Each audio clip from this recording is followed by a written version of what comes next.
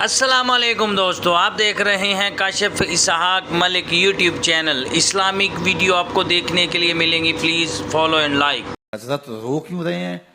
فرمایا کہ میں اس لیے رو رہا ہوں کہ فلاں پل سے بکریاں گزری ہیں، تو پل کے اندر شکستگی تھی، ٹوٹا ہوا تھا پل درمیان میں کچھ، اس میں ایک بکری کی ٹانگ ٹوٹ گئی ہے، تو میں ڈرتا ہوں کہ میرا رب یہ نہ پوچھے کہ عمر تو نے پل صحیح تعمیر نہیں کروائے تھے کہ ایک بکری کی ٹانگ کیوں ٹوٹی ہے۔ یہ ہیں حضرت عمر رضی اللہ تعالی عنہ۔ اللہ اکبر۔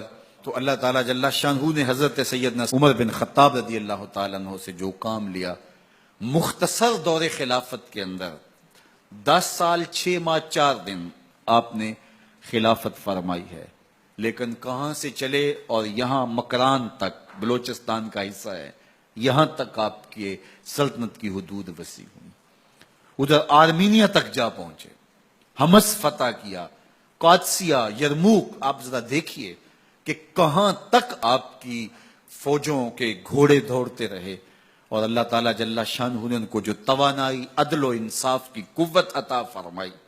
اللہ اکبر۔ جب زمین پہ عدل کیا ہو تو زمین بھی حکم مانتی ہے، اور حضرت عمر وہ تھے جن کا حکم ہوائیں بھی مانتی تھی، زمین بھی مانتی تھی، جن کا حکم جو ہے وہ آگ بھی تسلیم کرتی تھی اور دریا بھی ان کا حکم مانا کرتے تھے۔ مصر کے اندر یہ رسمیں بد جاری تھی کہ سال کے بعد ایک دو شیزہ کو زیورات پہنا کے اچھے لباس میں ملبوس کر کے دریا کی بھیڑ چڑھایا جاتا، اس کی قربانی دی جاتی، اس کا خون بہتا تو دریا چلتا۔ جب مسلمانوں نے مصر فتح کیا تو گورنر نے لکھا کہ اسلام تو اس طرح کی رسوم کی اجازت نہیں دیتا، لیکن خشک سالی ہے، لوگوں کی فصلیں ویران پڑی ہیں، تو حضرت کیا کیا جائے؟ تو حضرت عمر رضی اللہ تعالیٰ عنہ کاغذ کے ٹکڑے پہ لکھتے ہیں، بسم اللہ الرحمن الرحیم۔ مصر کے نیل کی جانب عمر کا خط لکھتے ہیں، اے نیل، اگر تو اللہ کے حکم سے چلا کرتا ہے تو چل، ورنہ ہمیں تیرے چلنے کی کوئی حاجت نہیں ہے۔ اور قاصد کو کہا یہ خط لے جاؤ اور جا کے دریائے نیل میں پھینک دو۔ قاصد جا کے خط دریائے نیل میں پھینک دیتا ہے، پانی آتا ہے، ایسا دریائے نیل چلا، 14 صدیاں ہوئی ہیں، آج تک کبھی بند ہی نہیں ہوا۔ دریا حکم مانتے ہیں، آگ نکلتی ہے۔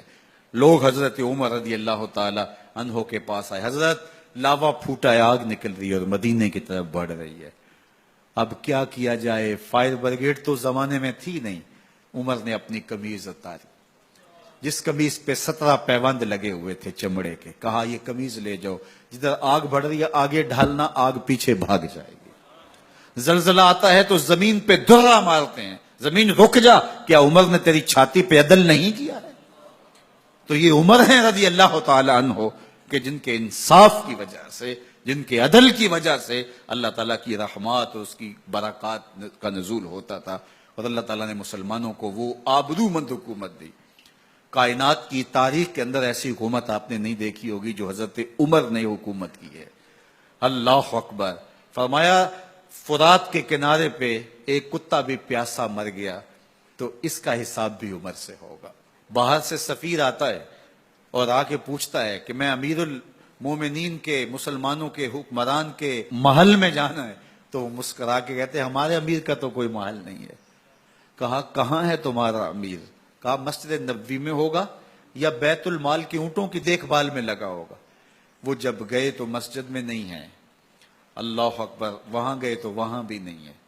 پھر کیا دیکھتے ہیں کہ عمر رضی اللہ تعالی عنہ جنت البقیع کے پاس ایک درخت کے نیچے اینٹ کا سرانہ رکھ کے سوئے ہوئے، تو اس نے کہا عمر تو نے عدل کیا ہے، تجھے کچی اینٹ پہ بھی نیند آ گئی، ہمارے حکمرانوں نے انصاف نہیں کیا، اور وہ بند اور محفوظ کمروں کے اندر بھی سکون اور چین کی نیند نہیں سو سکتے۔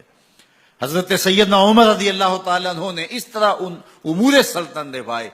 آپ دن کو لوگوں کی دیکھ بھالی کرتے، لوگوں کی ضروریات سنتے سمجھتے، اور جب رات پڑتی لوگ سو جاتے، عمر مدینے کی گلیوں میں پہرا دیتے۔ کائنات نے کوئی ایسا بھی حکمران دیکھا ہوگا؟ اللہ اکبر۔ وہ مجاہد جو مختلف محاذات پہ گئے ہوئے ہوتے، ان کے گھروں کی دیکھ بھالی کرتے، ان کی ضروریات کا خیال رکھتے، ان کی آبرو کا پہرا دیتے۔ راتوں کی تنہائیوں کے اندر حضرت عمر اٹھتے اور جا کے گشت کرتے، چکر لگاتے، دیکھتے کوئی آنکھ پر نم نہ ہو، مفلسی کا کسی گھر میں ماتم نہ ہو۔